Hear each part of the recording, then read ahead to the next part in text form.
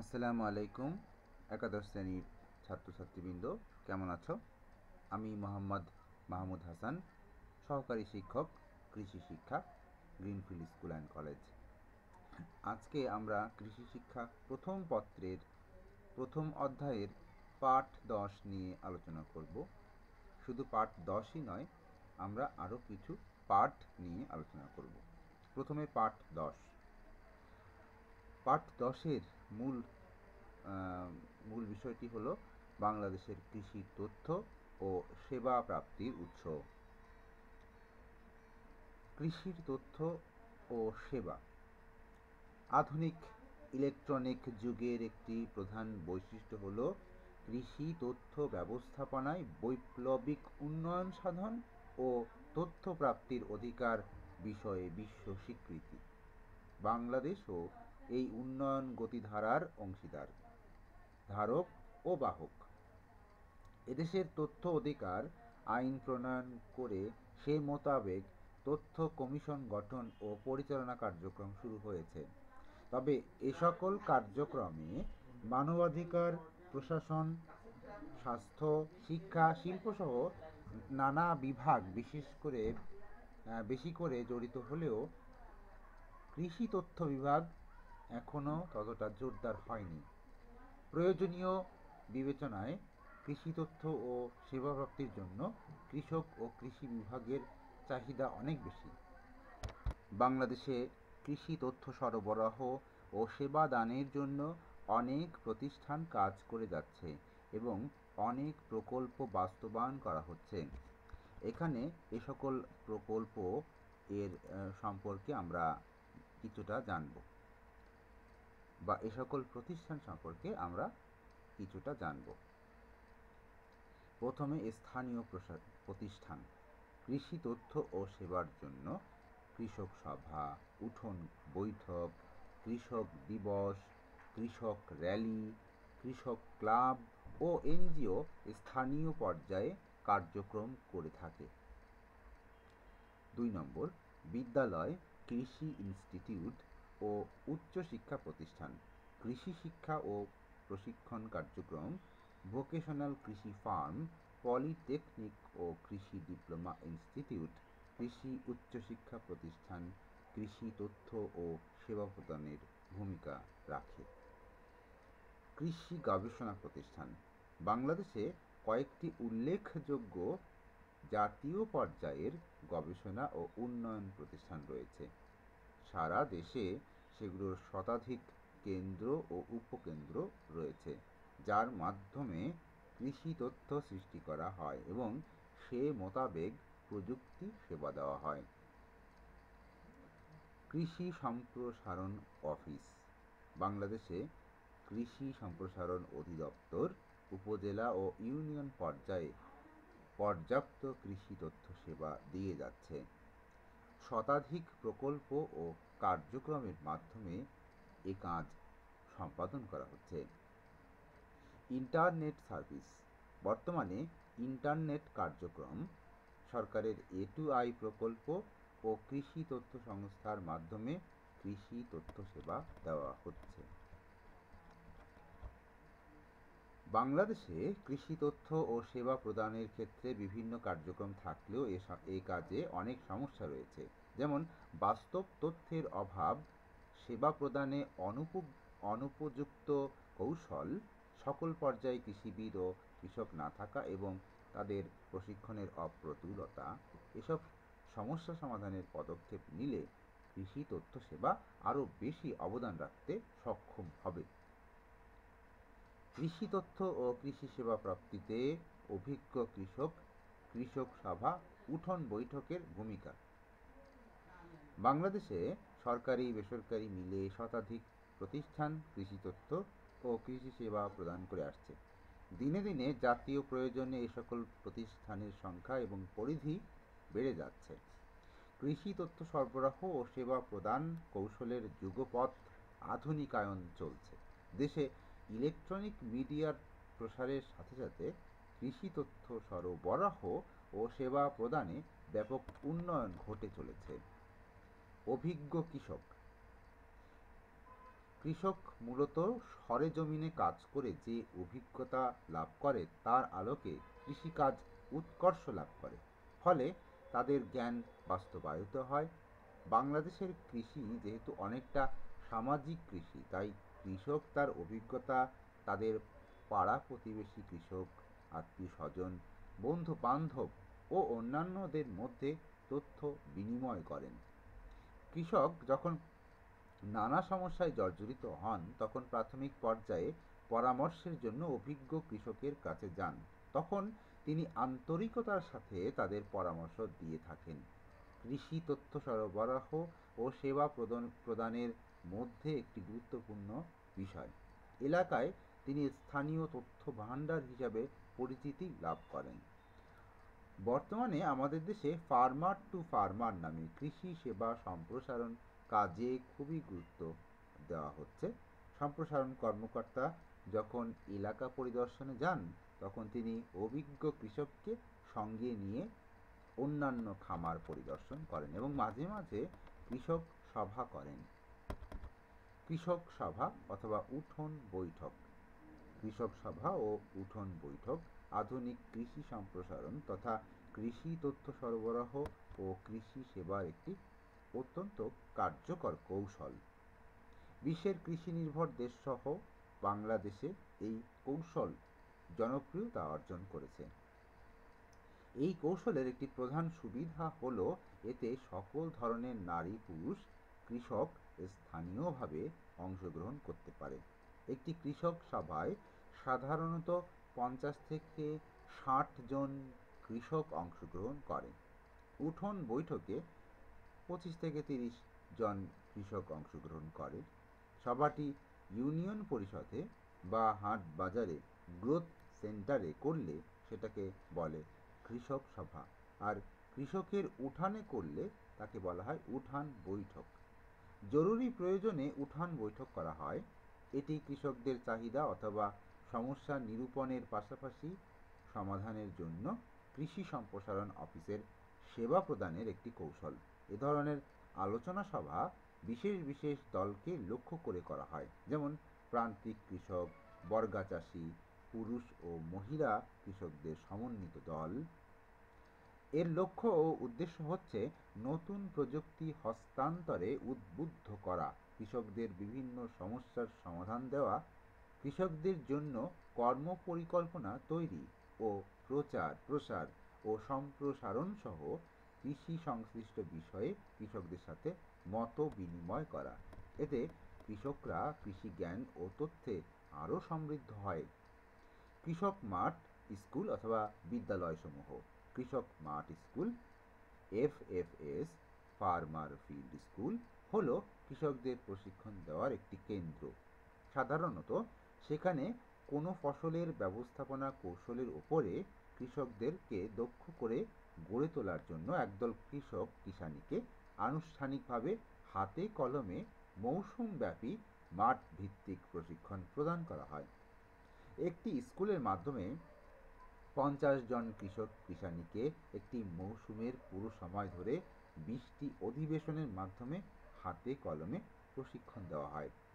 প্রশিক্ষকদের কাছ থেকে শিক্ষা গ্রহণ করে শিক্ষার্থীরা একাকী বা দলগতভাবে পরীক্ষা প্লট ও প্রদর্শনী স্থাপন করে সমৃদ্ধ জ্ঞান বাস্তবে প্রয়োগ করতে পারেন।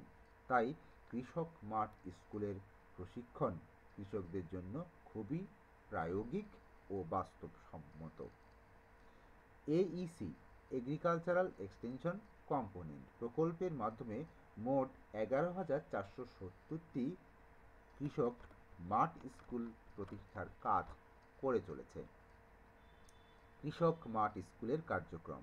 কৃষক মাঠ স্কুলে পরিচালিত সমন্বিত ফসল ব্যবস্থাপনা প্রশিক্ষণের কার্যক্রমের আওতায় 20টি অধিবেশন বা সেশন অন্তর্ভুক্ত থাকে। এর মধ্যে মহিলাদের জন্য পৃথক সেশন রয়েছে এবং পুরুষ ও মহিলা কৃষকদের যৌথ সেশন রয়েছে। এছাড়াও শুধু পুরুষদের জন্য সেশন রয়েছে। প্রতিটি সেশনের সময় 3 থেকে 4 ঘন্টা।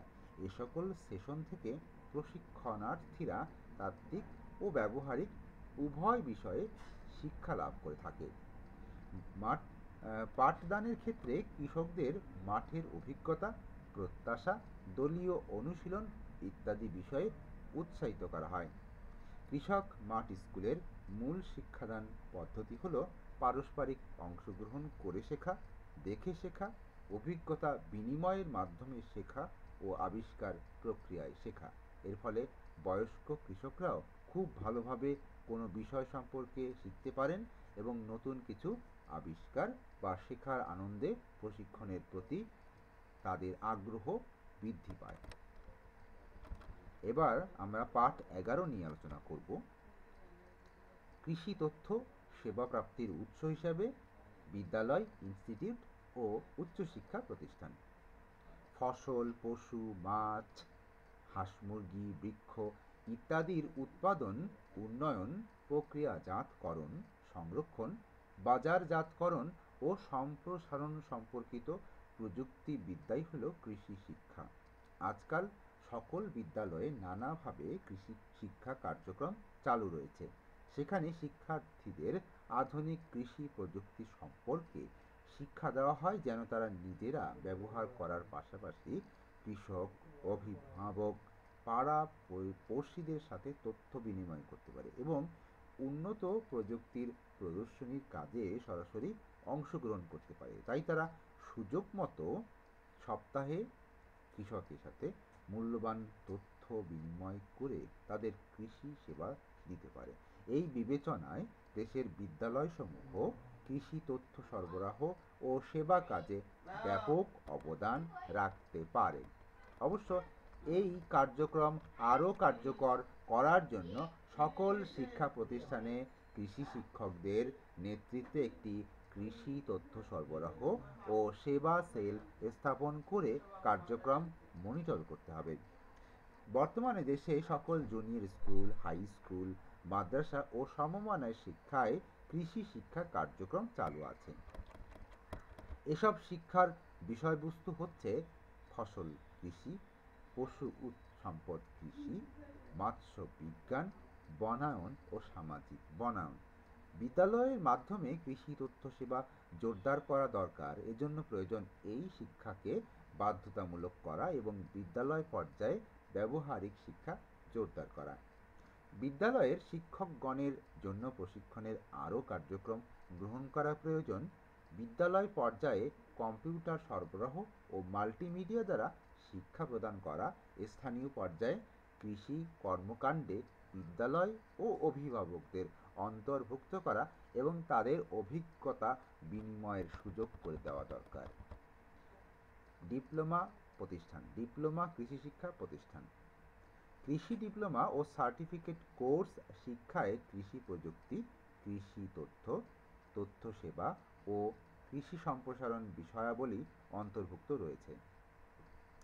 এসব প্রতিষ্ঠানের অধিকাংশগুলোতে কম্পিউটার ল্যাবরেটরি রয়েছে। এখানে তথ্য প্রযুক্তি বিষয়ে পাঠ, প্রশিক্ষণ গ্রহণ ও বাস্তবে প্রয়োগের ব্যবস্থা রয়েছে। বর্তমানে সরকার ইন্টারনেট এবং মাল্টিমিডিয়া ব্যবহার করে ইউনিয়ন পর্যায়ে কৃষি ও অন্যান্য তথ্য সেবা প্রদান করে থাকেন। এ সকল প্রতিষ্ঠানের মাধ্যমে কৃষি তথ্য সেবা প্রদানের সুযোগ ও তাৎপর্য অনেক বেশি। যেমন এ সকল প্রতিষ্ঠানের সংখ্যা ও শিক্ষার্থীর সংখ্যা অনেক বেশি, ফলে তথ্য সম্প্রসারণের সুযোগ বেশি। সারা দেশে এমনকি প্রত্যন্ত অঞ্চল যেখানে কৃষক বসবাস ও কৃষিকাজ করে সে পর্যন্ত এ সকল প্রতিষ্ঠান বিস্তৃত থাকায় সেবা পাওয়ার সম্ভাবনা থাকে। শিক্ষার্থীরা তাদের কৃষক অভিভাবকদের কৃষির আধুনিক প্রযুক্তি বিষয়ে তথ্য সেবা দিতে পারে। কৃষি শিক্ষকেরা কৃষি তথ্যের সমর্থনে সেবা দিতে পারেন। কৃষি বিষয়ক সম্প্রসারণ বিভাগের সাথে এসব প্রতিষ্ঠানের যোগাযোগ অব্যাহত থাকে। বাংলাদেশ কৃষি ইনস্টিটিউট এর পরিচিতি। কৃষি ইনস্টিটিউট, বাংলাদেশ কৃষি প্রশিক্ষণ ইনস্টিটিউট এটিআই সার্টিফিকেট অথবা ডিপ্লোমা প্রদানকারী প্রতিষ্ঠান রয়েছে 18টি। বর্তমানে 120টিরও বেশি বেসরকারি কৃষি শিক্ষা প্রতিষ্ঠান রয়েছে, 18টি সরকারি আর 120টি কৃষি শিক্ষা প্রতিষ্ঠান। পশু শিক্ষা ইনস্টিটিউট রয়েছে 2টি, প্রাণী সম্পদ ট্রেনিং ইনস্টিটিউট রয়েছে 2টি। ঢাকায় উচ্চ পর্যায়ে কৃষি শিক্ষার জন্য 1938 সালে প্রথম কৃষি ইনস্টিটিউট ও পরে কৃষি বিশ্ববিদ্যালয় স্থাপন করা হয়। বাংলাদেশে স্নাতক ডিগ্রি প্রদানকারী কৃষি শিক্ষা প্রতিষ্ঠানের নাম ও অবস্থান দেওয়া হলো। এখানে 8টি বিশ্ববিদ্যালয়ের নাম দেওয়া হয়েছে যারা কৃষি শিক্ষা বিষয়ে স্নাতক ডিগ্রি দিয়ে থাকে। তো আমরা এরপরে চলে যাচ্ছি পাঠ 12তে। পাঠ 12র টাইটেলটা হলো কৃষি তথ্য সেবায় কৃষি উচ্চশিক্ষা প্রতিষ্ঠানের ভূমিকা। আমাদের দেশে কৃষি বিশ্ববিদ্যালয় সহ বিভিন্ন উচ্চশিক্ষা ও গবেষণা প্রতিষ্ঠানসমূহে প্রকৃতপক্ষে আধুনিক কৃষি প্রযুক্তি উদ্ভাবন ও প্রসারের মূল স্থান। বাংলাদেশে এ ধরনের প্রায় 50টির অধিক প্রতিষ্ঠান কার্যকর রয়েছে। এ সকল প্রতিষ্ঠানে কৃষি সম্প্রসারণ ও প্রশিক্ষণ বিভাগ রয়েছে, যেখানে উচ্চ জ্ঞানসম্পন্ন বিশেষজ্ঞ রয়েছেন। তারা বিভিন্ন সময়ে টিভি, বেতার, কর্মশালা, প্রদর্শনী ও মাঠ অথবা কৃষক দিবসের মাধ্যমে কৃষি তথ্য সরবরাহ ও কৃষি সেবায় অংশগ্রহণ করেন। শুধু এভাবেই নয়, তারা কৃষি সম্প্রসারণ ও উন্নয়ন কাজের জন্য প্রয়োজনীয় আধুনিক প্রযুক্তির তথ্য সরবরাহ করে থাকেন। বাংলাদেশ কৃষি বিশ্ববিদ্যালয় বা কৃবি জাতীয় শিক্ষা কমিশন কর্তৃপক্ষ 1961 সালে সামগ্রিক কৃষি উন্নয়নের উদ্দেশ্যে দক্ষ জনশক্তি তৈরির লক্ষ্যকে সামনে রেখে 1961 থেকে 1962 শিক্ষাবর্ষে ময়মনসিংহে স্থাপিত হয় কৃষি বিশ্ববিদ্যালয়। ময়মনসিংহ থেকে 4 কিলোমিটার দক্ষিণে ব্রহ্মপুত্র নদের তীরে এই বিশ্ববিদ্যালয়ের অবস্থান। বাংলাদেশ স্বাধীন হওয়ার পর এর নাম পরিবর্তন করে বাংলাদেশ কৃষি বিশ্ববিদ্যালয় রাখা হয়। স্বাভাবিক শিক্ষাদান কার্যক্রমের পাশাপাশি এ বিশ্ববিদ্যালয়ের আওতায় গবেষণা, প্রশিক্ষণ ও সম্প্রসারণ কার্যক্রমও পরিচালিত হয়। শিক্ষা কার্যক্রম বর্তমানে 6টি অনুষদের আওতায় 43টি শিক্ষা কার্যক্রমের শিক্ষা বিভাগের তত্ত্বাবধানে বিশ্ববিদ্যালয়ের শিক্ষা ও গবেষণা কার্যক্রম পরিচালিত হয়ে আসছে। স্নাতক ও স্নাতকোত্তর পর্যায়ে সেমিস্টার পদ্ধতিতে শিক্ষাদান করা হচ্ছে। 40টি শিক্ষা বিভাগে 3 সেমিস্টার মেয়াদে এমএস ডিগ্রি কার্যক্রম চালু হয়েছে। বর্তমানে 39টি বিভাগ থেকে পিএইচডি ডিগ্রি প্রদান করা হচ্ছে। অনুষদগুলো হলো কৃষি, পশুপালন, পশু চিকিৎসা বিজ্ঞান, কৃষি প্রকৌশল ও কারিগরি, মৎস্য বিজ্ঞান এবং সর্বশেষ 6 নম্বর কৃষি অর্থনীতি ও গ্রামীণ সমাজ বিজ্ঞান। এর 6টি বিভাগের মধ্যে আরও কিছু ছোট ছোট, এগুলো হচ্ছে অনুষদ, এর ভিতরে রয়েছে কিছু বিভাগ। আর এই বিভাগগুলো কি কি সেগুলো আমরা আর দেখলাম না, এগুলো তোমরা নিজেরা দেখে নিও। যেমন কৃষি অনুষদের মধ্যে রয়েছে মৃত্তিকা বিজ্ঞান, কৃষি তত্ত্ব, কৃষি সম্প্রসারণ ও প্রশিক্ষণ। এগুলো তেমন গুরুত্বপূর্ণ না। গবেষণা কার্যক্রম, বাংলাদেশে কি কি গবেষণা কার্যক্রম হয়ে থাকে, সেগুলো কারা করে থাকে এই বিষয়ে আমরা একটু জানি। কৃবি গবেষণায় 2টি প্রধান পরিচালনা করে: ডিগ্রি গবেষণা ও প্রকল্প গবেষণা। বিশ্ববিদ্যালয়ের উচ্চশিক্ষা ও গবেষণা কমিটি বিভাগীয় শিক্ষকদের তত্ত্বাবধানে স্নাতকোত্তর পর্যায়ে শিক্ষার্থীদের থিসিস কার্যক্রমের গবেষণা পরিচালনা করে থাকে। শিক্ষকদের প্রকল্প গবেষণার ব্যবস্থাপনা ও তত্ত্বাবধানের দায়িত্ব বাংলাদেশ কৃষি বিশ্ববিদ্যালয় রিসোর্স সিস্টেম বা বাউরেস এর। প্রতিষ্ঠার পর বাউরেস 322টি গবেষণা প্রকল্প সম্পন্ন করেছে এবং 262টি চলমান প্রকল্প রয়েছে। জন্মলগ্ন থেকে এ বিশ্ববিদ্যালয়ে এর শিক্ষার্থী ও শিক্ষকদের অবিরাম গবেষণার ফলে কৃষির বিভিন্ন উন্নত প্রযুক্তির উদ্ভাবন সম্ভব হয়েছে।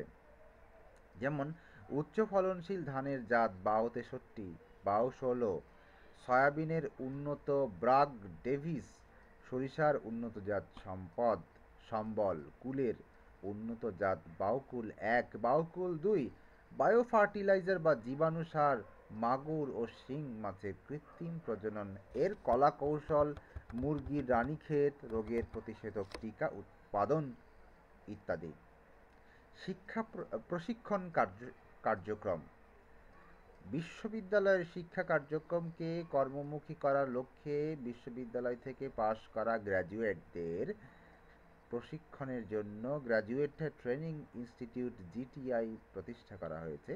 এছাড়া রয়েছে আর্থ সামাজিক গবেষণা ও প্রশিক্ষণ ব্যুরো এবং bureau of research, training and consultation. এসব সংগঠন কৃষি ও পল্লী উন্নয়নের সঙ্গে সম্পৃক্ত বিভিন্ন পর্যায়ের মাঠকর্মী, গবেষক, ব্যাংকার, সাংবাদিক, স্নাতকোত্তর শ্রেণীর ছাত্রছাত্রী, প্রশিক্ষক ও চিকিৎসকগণের চাহিদা অনুযায়ী প্রশিক্ষণের ব্যবস্থা করে থাকে। সম্প্রসারণ কার্যক্রম।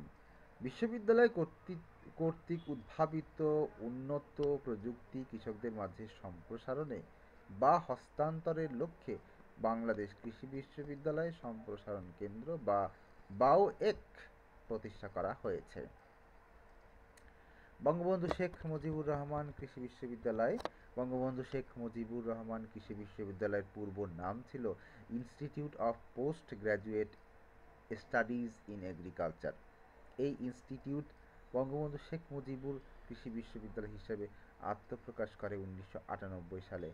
যেসব উদ্দেশ্য নিয়ে কৃষি বিশ্ববিদ্যালয় বা এই বিশ্ববিদ্যালয় প্রতিষ্ঠিত হয়েছে তার উল্লেখযোগ্য হল: কৃষি বিজ্ঞানের বিভিন্ন শাখার উচ্চতর ডিগ্রি প্রদান, ফলিত কৃষি গবেষণার মাধ্যমে প্রয়োজনীয় তত্ত্ব ও তথ্য যোগানো, উন্নত ফসলের জাত, লাগসই প্রযুক্তি এবং আধুনিক কৃষি ব্যবস্থাপনার উদ্ভাবন প্রসার ঘটানো, উচ্চশিক্ষা ও গবেষণা অন্যান্য শিক্ষা ও গবেষণা প্রতিষ্ঠানের সঙ্গে সহযোগিতা করা এবং কৃষি সম্প্রসারণে সক্রিয় ভূমিকা রাখা। এবার পাঠ 13 এর আলোচ্য বিষয় নিয়ে আলোচনা করব। আলোচ্য বিষয় হলো কৃষি তথ্য সেবায় কৃষি গবেষণা প্রতিষ্ঠানসমূহের ভূমিকা। কৃষি গবেষণা বলতে বোঝায় কৃষি বিষয়ক কোনো সুনির্দিষ্ট বিষয়কে বৈজ্ঞানিক ও ক্রমানুযায়ী অনুসন্ধান করে তথ্য উদ্ঘাটন করা। কৃষি গবেষণার জন্য কিছু প্রতিষ্ঠান রয়েছে, তার তালিকা দেওয়া হলো।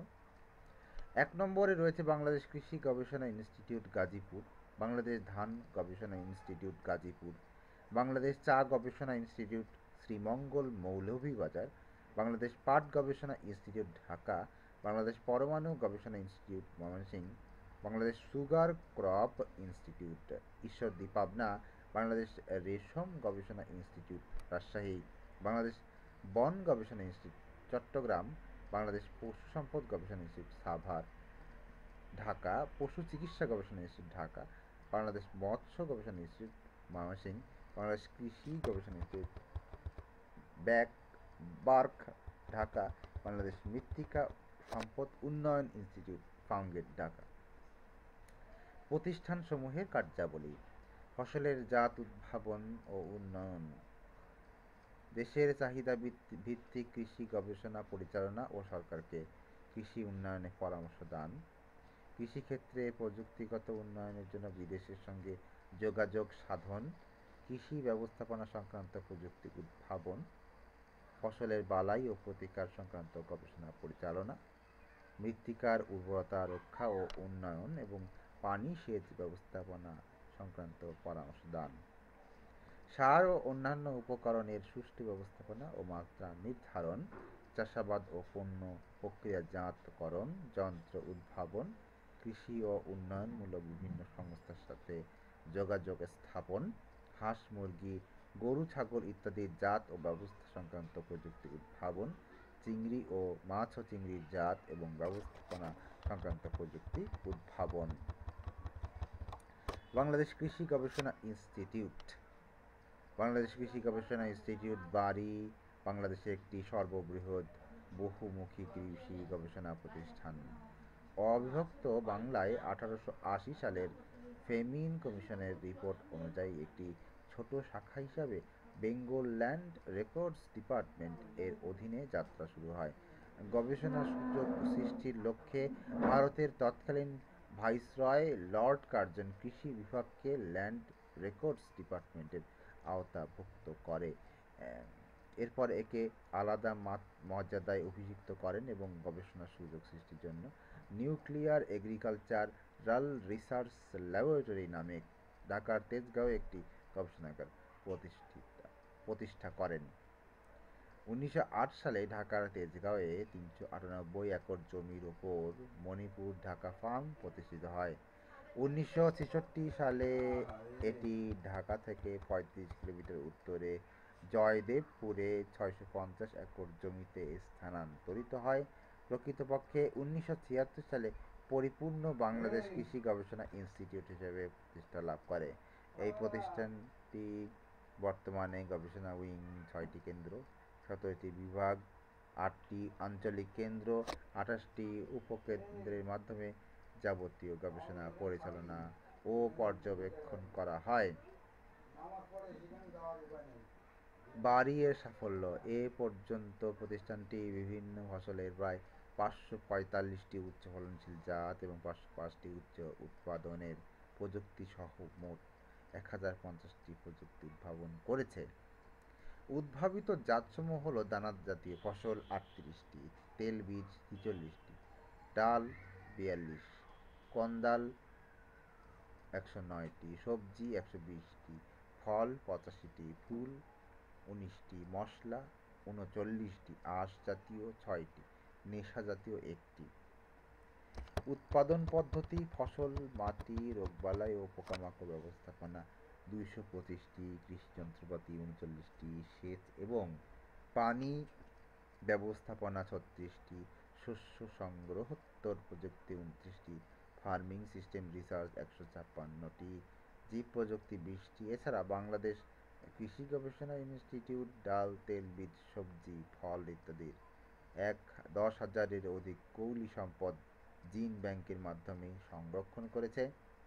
বাংলাদেশ কৃষি গবেষণা ইনস্টিটিউট এর উদ্দেশ্য ও কার্যাবলী: ফসলের উচ্চ ফলনশীল, পুষ্টিমান সম্পন্ন এবং প্রতিকূল পরিবেশ সহিষ্ণু জাত উদ্ভাবন করা, ফসল ভিত্তিক উন্নত, আধুনিক ও টেকসই উৎপাদন প্রযুক্তি উদ্ভাবন ও লাগসই ফসল বিন্যাস নির্ধারণ করা, লাগসই কৃষি যন্ত্রপাতি উদ্ভাবন ও উন্নয়নের মাধ্যমে কৃষি যান্ত্রিকীকরণ ত্বরান্বিত করা, সেচ প্রযুক্তি উদ্ভাবন উন্নয়ন এবং এই প্রযুক্তি গ্রহণে কৃষককে অনুপ্রাণিত করা, সারের পরিমাণ নির্ধারণ ও সার ব্যবস্থাপনা পদ্ধতির উন্নয়ন করা, মাটির স্বাস্থ্য সংরক্ষণ ও উন্নয়ন করা, পরিবেশ বান্ধব শস্য সংরক্ষণ ও সংরক্ষণ প্রযুক্তি উদ্ভাবন করা, কৃষি উন্নয়ন সংক্রান্ত প্রশিক্ষণ, সেমিনার, সিম্পোজিয়াম, কর্মশালা প্রভৃতির আয়োজন করা, পুস্তিকা, ম্যানুয়াল, প্রতিবেদন, জার্নাল প্রভৃতি প্রকাশ করা, উন্নত প্রযুক্তি প্রদর্শনের জন্য মাঠ দিবসের আয়োজন করা, উদ্ভাবিত জাত ও প্রযুক্তিসমূহ হস্তান্তরের মাধ্যমে দেশের আর্থ-সামাজিক উন্নয়ন করা, ফসলকে বাজার ব্যবস্থাপনা সমীক্ষা করা। ধান গবেষণা ইনস্টিটিউট 1970 সালে গাজীপুরের জয়দেবপুরে প্রতিষ্ঠিত হয়। একে সংক্ষেপে বলা হয় ব্রি। ব্রি এর 19টি গবেষণা বিভাগ এবং 9টি আঞ্চলিক কেন্দ্র রয়েছে। ধান গবেষণা ইনস্টিটিউট এর উদ্দেশ্য 6টি। প্রথম উদ্দেশ্য হল ধানের উফশী জাত উদ্ভাবন, উৎপাদন কৌশল প্রবর্তন এবং উৎপাদনশীলতা বৃদ্ধি করা। দ্বিতীয়টি হল ধানের ব্রিডার বীজের সহজলভ্যতা ও সরবরাহ বৃদ্ধি করা। তৃতীয় উদ্দেশ্য হল ক্ষতিকর রোগ পোকার হাত থেকে ধান ফসল রক্ষার প্রযুক্তি উদ্ভাবন করা। সুষম মাত্রায় সার ব্যবহারের সুপারিশ প্রণয়ন ও পানি ব্যবস্থাপনার নির্দেশনা প্রদান করা। এর সাথে ঘনিষ্ঠ সম্পর্ক বজায় রাখা এবং তথ্যজাত ও কলাকৌশল আদান প্রদান করা। ধান সম্পর্কিত লিফলেট, পুস্তিকা, বই প্রকাশ ও বিতরণ করা। এরপরে আছে বাংলাদেশ প্রাণী সম্পদ গবেষণা ইনস্টিটিউট, এটি সাভারে অবস্থিত। এরপরে আছে বাংলাদেশ কৃষি গবেষণা ইনস্টিটিউট, এটি ফার্মগেটে অবস্থিত। এর কার্যাবলী হল কৃষি সম্পর্কিত জাতীয় নীতিমালার ভিত্তিতে গবেষণা বিষয়াবলী এবং অগ্রাধিকার নির্ধারণ করা, গবেষণার মান নিশ্চিত করার উদ্দেশ্যে প্রতিটি ইনস্টিটিউটের কার্যাবলীর অগ্রগতি পরীক্ষণ করা। তো আজকে আমরা এই পর্যন্ত শিখলাম। পরবর্তী ক্লাসে আমরা পার্ট 14 থেকে আলোচনা করব। তো আজকের ক্লাসে সবাইকে ধন্যবাদ।